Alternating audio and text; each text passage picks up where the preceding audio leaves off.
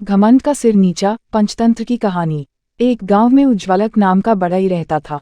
वह बहुत गरीब था। गरीबी से तंग आकर वह गांव छोड़कर दूसरे गांव के लिए चल पड़ा। रास्ते में घना जंगल पड़ता था।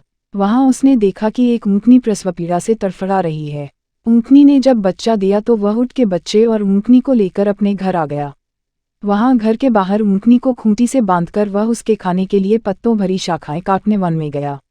ऊँटनी ने हरी हरी कोमल कोमपलें खाईं। बहुत दिन इसी तरह हरे हरे पत्ते खाकर ऊँटनी स्वस्थ और पुष्ट हो गई।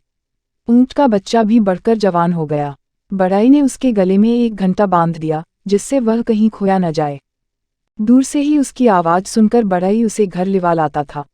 ऊँटनी के दूध से बड़ाई के बाल बच्चे भी पलते थे। ऊँट भार ढोने के भी काम आने लगा। उस ऊँटनी से ही उसका व्यापार चलता था। यह देख उसने एक धनिक से कुछ रुपया उधार लिया और गुर्जर देश में जाकर वहां से एक और ऊँटनी ले आया। कुछ दिनों में उसके पास अनेक ऊँटनियां हो गईं। उनके लिए रखवाला भी रख लिया गया। बड़ाई का व्यापार चमक उठा। घर में दूध की नदियां बहने लगीं। शेष सब तो ठीक था, किंतु जिस ऊँट के गले में घंटा बंधा था वह बहुत गर्वित हो गया था। वह अपने को दूसरों से विशेष समझता था।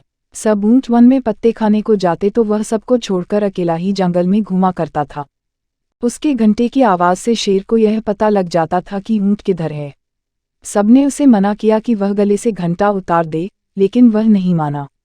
एक दिन जब सब ऊँट वन में पत्ते खाकर तालाब से पानी पीने के बाद गांव की ओर वापस आ रहे थे, तब वह सबको छोड़कर जंगल की सैर करने अकेला चल दिया।